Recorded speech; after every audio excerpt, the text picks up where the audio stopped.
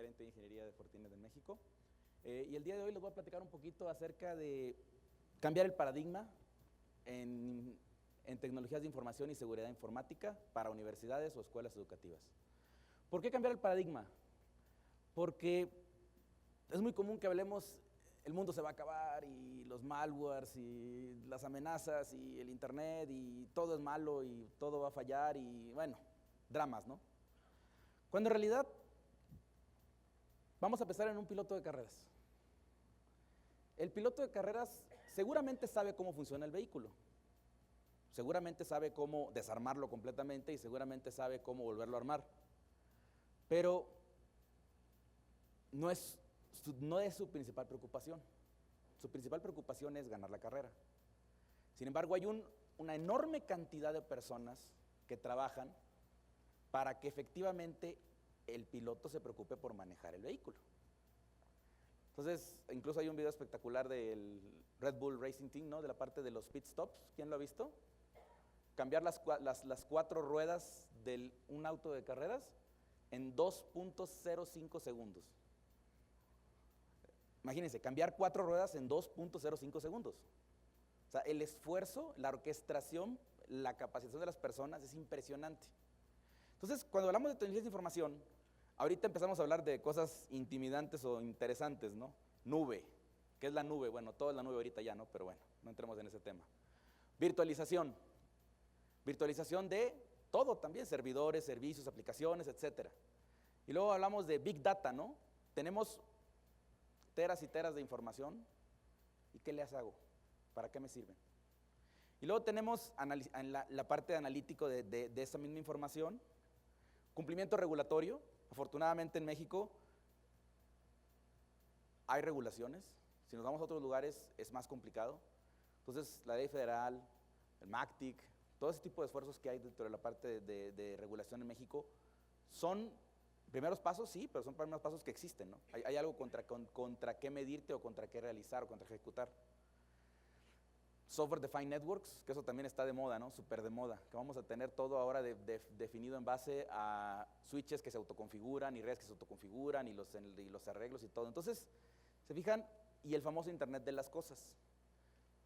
¿Qué tiene que ver esto con el piloto de carreras? Pues porque al final nosotros somos el equipo que ayudamos a que el piloto de carreras, o sea, la organización, o sea, el máximo líder, la máxima autoridad de la organización, se ponga a pensar en ganar la carrera. Han hablado de varias cosas el día de hoy, ¿no? O sea, de diferentes iniciativas de universidades, etcétera, donde se fijan, tiene que haber una infraestructura muy grande detrás para que alguien se ponga a pensar, bueno, ¿y yo qué servicios voy a ofrecer a la comunidad? ¿Qué servicios voy a ofrecer al gobierno? ¿Pero por qué pueden pensar eso? Pues porque no se están peleando con que no hay internet, con que la aplicación no funciona, con que se cayó el servidor, con que no hay correo, etcétera, etcétera, etcétera. Entonces, a veces se nos olvida que la seguridad informática en su incepción se habla de la famosa triada: confidencialidad, ¿quién me ayuda?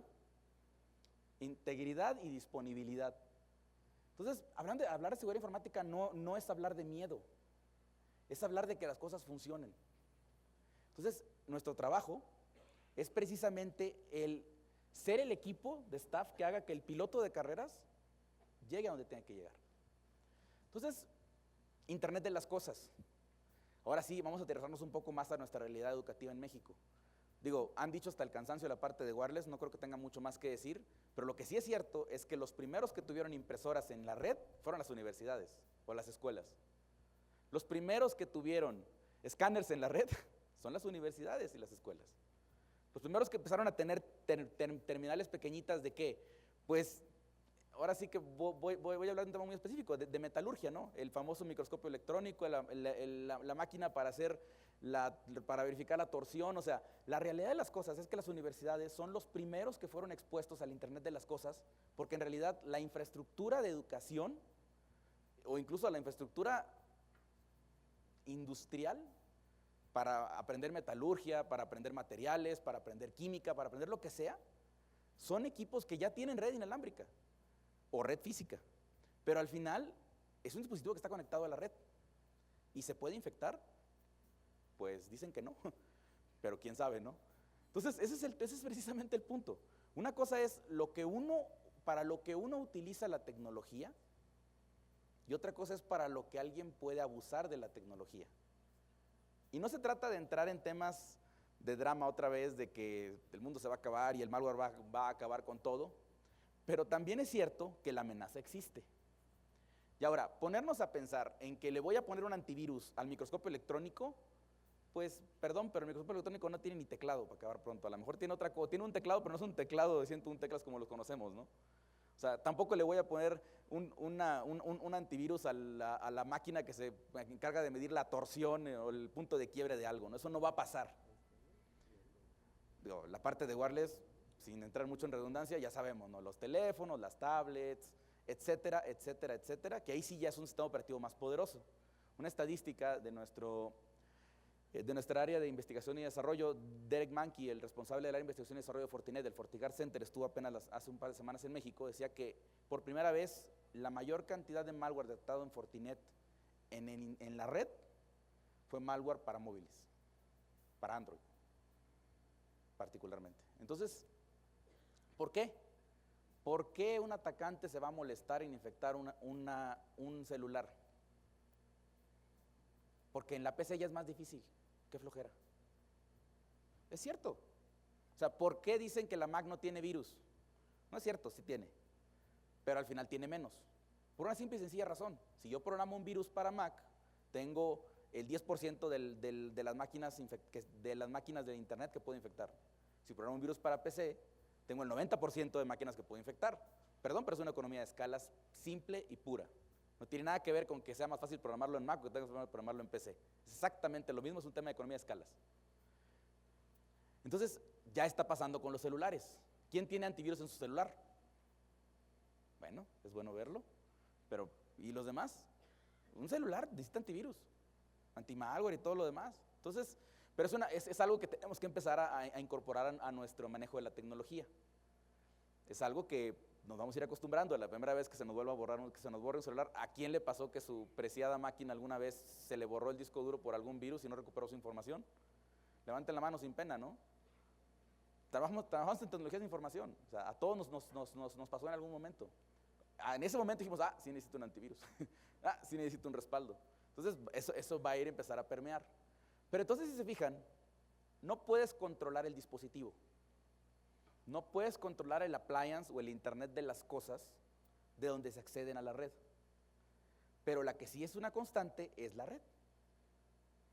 Entonces, el enfoque de la seguridad se debería pensar, no desestimo el tema del endpoint o el hecho de que se tiene que proteger todo directamente desde lo que es el dispositivo, un antivirus en el teléfono celular.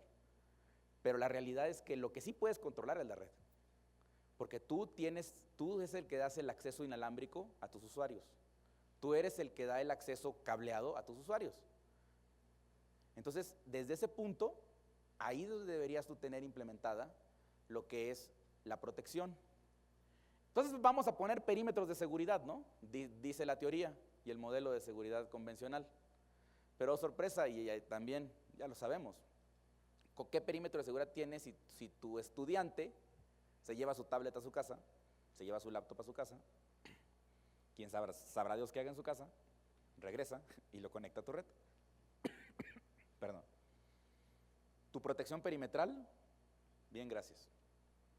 En las universidades es algo que lo tienen viviendo desde hace como 10 años. Yo afortunadamente tengo trabajando en la industria de la seguridad, como dicen, más de 15 años, 5 de los cuales directamente en universidades, y es una escuela impresionante en todos los sentidos, ustedes lo saben, en tecnologías de información, como cuando se empieza a hablar del malware, en las universidades, hace muchos años me tocó de que se caía la red. ¿Por qué? Pues por el SASR. Yo creo que algunas ni lo han escuchado, pero en las universidades fue muy común. Redes completas caídas. ¿Por qué? Porque en la universidad no puedes controlar al estudiante. Y de hecho, quieren controlar al estudiante. Es como debatible, ¿no? Pero definitivamente eso hace que para el mercado educativo, para la industria educativa, sea muy complejo ese control. Muy complejo desde el punto de vista tecnológico y muy complejo desde el punto de vista filosófico. ¿Hasta dónde llega el tema de educación y hasta dónde llega el tema de disponibilidad de servicios? Entonces, continuando con esa idea, ahí está el responsable de sistemas, ¿no? ¿Qué pasó? No sé, pero fue él. ¿Por qué? Por si acaso. No, en serio, se escucha feo, pero el acabose, muchas gracias. El acabose para mí fue una vez que alguna vez trabajando en operación, me hablaron y me dijeron, es que la computadora que estoy usando, no puedo entrar al sistema de registro de algo en lo que yo estaba operando. Yo operaba los firewalls. Los firewalls. O sea, me estaban preguntando por un sistema de operación de una caja que no estaba funcionándole. ¿Cómo obtuvo mi teléfono? Pues nunca lo sabré. Pero es una realidad que en sistemas pasa eso. O sea, cuando algo falla, normalmente le hablan al área de redes o al área de sistemas. ¿Por qué? Pues para ver si me ayudan. Entonces, cuando entra el área de seguridad, ¡oh, sorpresa! Sistemas y redes dicen con permiso, y llega seguridad y es el culpable de todo. ¿Por qué? Por si acaso. Porque al final, como ellos implementan la seguridad y la seguridad hace que todo sea más lento, la seguridad hace que todo sea más restringido, la seguridad hace que las aplicaciones que funcionaban ya no funcionen, tiene que ser culpa de él, ¿no? Entonces, es movernos de ese esquema. No se trata de decir, yo soy el pobre culpable de todo, sino es, realmente yo debo ser el responsable de que todo se habilite, de que todo funcione. Cuando la seguridad informática está correcta y debidamente implementada, es cuando te dicen, ¿para qué te quiero? No pasa nada. Es cierto. Porque al final, otra vez, ¿qué dijimos? Integridad, disponibilidad, confidencialidad. Si implementamos esos conceptos desde su punto más medular en nuestra infraestructura, con todo lo que eso implica, no estoy diciendo que sea sencillo, nada va a pasar, porque está todo funcionando como debe de ser.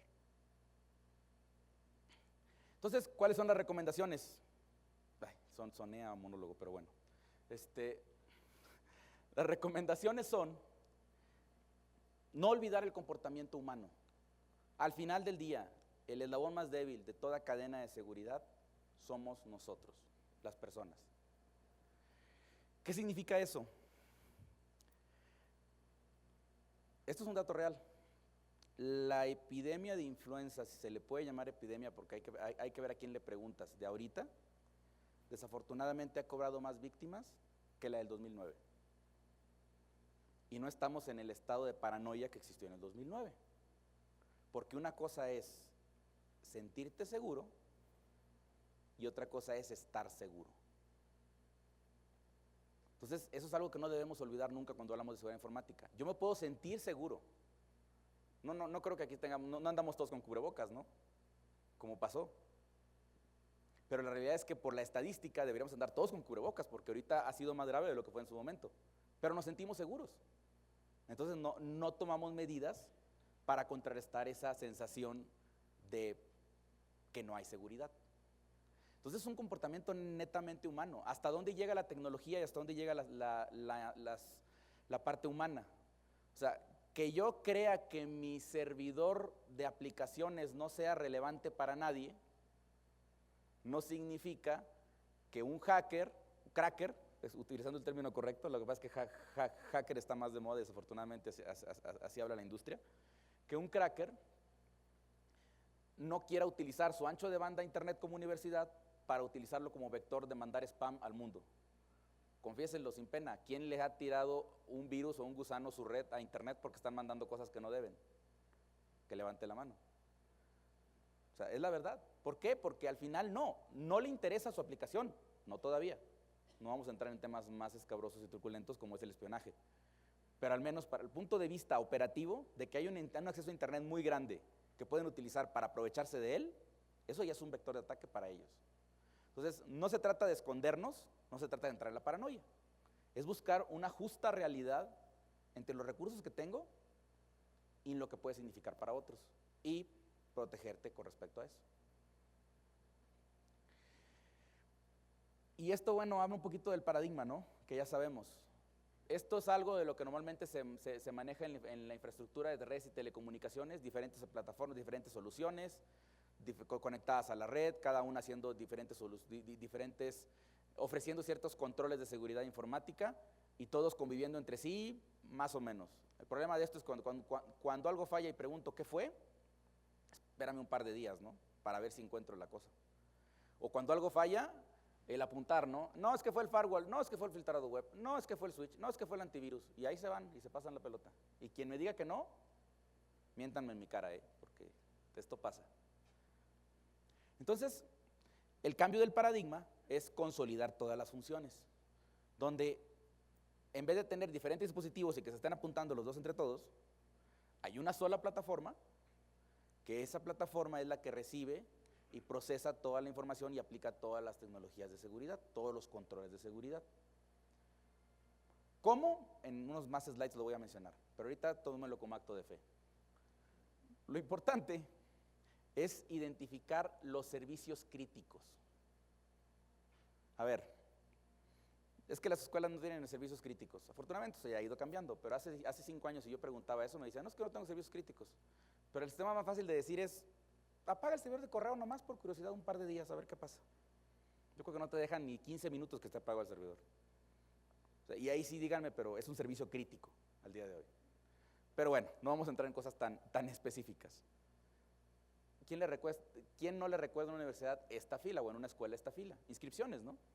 Apaga el servidor de inscripciones nomás por curiosidad, un día de inscripciones, un par de horitas, a las 9, 10 de la mañana. A ver qué les dice el rector. No sé, yo creo que cosas no muy bonitas. Pero es cierto, son servicios críticos. Y que tienen que ver con la operación del negocio, si es una escuela privada, o la operación del negocio como un factor social en una universidad o en una escuela pública. Y eso es un factor crítico. Después tenemos el tema que no debemos olvidar, o sea, el aprendizaje, ¿no? Y creo que después de la excelente presentación que dio Mariana, ya no tengo más que decir del aprendizaje, saben de lo que estamos hablando, pero en realidad las universidades y las escuelas deben ser el punto donde emana el desarrollo de la ciencia y la tecnología en este país. Ya está ahí. Pero también viene el tema de los servicios. Ya lo han dicho seguramente el día de hoy, pero te voy a recalcar. Las universidades, las escuelas educativas son el lugar ideal para el desarrollo de tecnología. Y de tecnología, ¿a qué le suena esto? Un kiosquito, ¿no? Y el kiosquito puede ser de qué? Pues de pago del camión, para sacar las actas de nacimiento. O sea, al final, gobierno utiliza recursos informáticos. ¿Por qué no la universidad es el lugar donde se hospeda la infraestructura tecnológica y el desarrollo para que el gobierno se preocupe por la parte de gobernar y no por la parte de la infraestructura? Esto que se lo estoy diciendo no es teórico. Hay universidades en México que al día de hoy hospedan infraestructura de tecnología de información de gobierno, estatal normalmente. Pero es real. O sea, las escuelas no debemos pensar que uno como una escuela dirá, no, es que yo nada más me encargo de, mis clientes son mis estudiantes, ¿no? En realidad, como una institución educativa para el desarrollo social del país, deberían pensar qué más puede hacer la universidad para su comunidad. Y eso implica infraestructura, y eso implica servicios, pero también tiene mucho sentido. ¿Qué es más fácil? ¿Quién creen que sea más fácil que hospede una plataforma? Una organización, una empresa a la que le pagan por un servicio que lo programa y lo entrega, o ustedes que tienen 15 años con una red o más, con un centro de datos, como 10 al menos o 5, dependiendo, ya lo tienen, porque lo tenían que tener, porque su infraestructura como universidad les exigió que lo hicieran. Y no es de que les guste. Ustedes llegaron, se montaron, están en la parte de infraestructura de información y les dijeron, ¿sabes qué? Viene esto, hay que integrarlo. A alguien que es cíclico, ¿no? Esto ustedes lo tienen que hacer, lo están manejando, es un servicio que pueden ofrecer. Incluso que la universidad puede beneficiarse de eso, que es un tema que también existe y que definitivamente tiene que ver mucho con la manera en la que se opera esto. Y por último, pues, el hablar de una arquitectura de seguridad donde se conoce qué se tiene. ¿Qué tiene una universidad? Un centro de datos, o más, pero al menos uno. ¿Qué tiene? Tiene usuarios, alumnos, y tiene docentes. Entonces, es conocer cómo trabaja una universidad. Todas las universidades que he tenido el gusto de trabajar e implementar soluciones de seguridad tienen el problema que identificar usuarios, quién es estudiante, quién es maestro, y luego también quién es el investigador, porque se cuecen aparte, no me dejarán mentir. Entonces, ese tipo de cosas en una red que es para todos, ¿cómo identifico eso? Entonces, definitivamente ese conocimiento, esa necesidad de seguridad informática que les va a servir para que su red opere y no se acuerden de ustedes, es algo que no estamos inventando el hilo negro, es algo que definitivamente hay experiencia previa. No se trata de que tengamos que inventar de cero todo, pero tampoco se trata de decir, ya tengo la receta perfecta para ti, porque cada universidad es diferente. Y también los años que tengo trabajando en esto, me dicen que si bien es cierto, la parte marco es similar, las particularidades sí son diferentes. Entonces, hay que seleccionar también al socio de negocio adecuado, y aquí es donde hablo un poquito de la tecnología. Sin entrar en mucho rollo, ¿por qué una sola caja hace lo que hacían 5 o 6 o 7? Porque tiene aceleración en hardware. Sin entrar en temas muy técnicos, simplemente se trata de que en vez de tener un CPU, un CPU Intel, creo que todo el mundo estamos en la parte de tecnología, podemos entender esa parte, estamos relacionados con ese concepto. Tenemos un procesador de red y un procesador de contenido. ¿Por qué? Porque no es lo mismo filtrar Facebook por la página facebook.com a filtrar el chat dentro de Facebook. Entonces, tener esa granularidad en el control de acceso para los estudiantes es lo que hace que necesites un dispositivo con una mayor capacidad de procesamiento para que ese solo dispositivo sea capaz de hacer todas esas cosas sin que el usuario se dé cuenta, porque volvemos al punto. Pone seguridad y se alentó a la red, ¿no? Entonces, aquí no es un tema. Aquí cuando hablamos de seguridad, hablamos de que la plataforma que se ofrece, que se implementa, está diseñada y dimensionada para que la necesidad que ustedes tengan, no importa qué tan grande o qué tan pequeña sea, no se vea afectado. En Fortinet tengo el gusto de trabajar ya por casi 10 años en la empresa. He tenido el gusto de implementar soluciones de seguridad en muchas industrias, pero también en la educativa. Y lo que quiero decir con esta lámina es que las universidades tienen muchas necesidades de investigación, de desarrollo de tecnología, y son cosas que conocemos, que en Fortinet México, sabemos cómo trabajar las universidades. He tenido el gusto de llegar y poner una caja y ver cómo se rompe a pedazos porque la red es mucho más grande de lo que uno creía, ¿no? Porque siempre pasa, no, es que la red es chiquita. No, sí aguanta, ¿no? Pones una caja y explota, ¿no? ¿Por qué? Pues porque ni siquiera uno dimensiona el tamaño de lo que está uno administrando o manejando. Entonces, crean que en Fortinet tenemos la experiencia de campo, de la vida real, y que probablemente podamos intercambiar información, donde cosas nuevas siempre se aprenden. Me da un gusto ver cómo se van desarrollando las cosas en México y en la parte educativa, y cómo podemos ir creciendo con respecto a eso. Cerrando con la analogía, la seguridad normalmente se piensa que es un freno, ¿no? ¿Sí o no? Frena de las cosas. Y en un vehículo, para un piloto de carreras, ¿para qué creen que sirva el freno?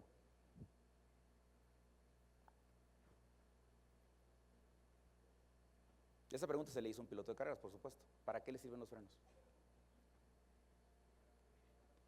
¿Para controlarlo? ¿Alguien más?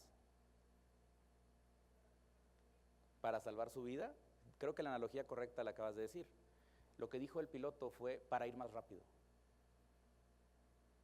Yo necesito los frenos para poder ir más rápido. Porque si no tengo buenos frenos, no sé si me voy a poder detener.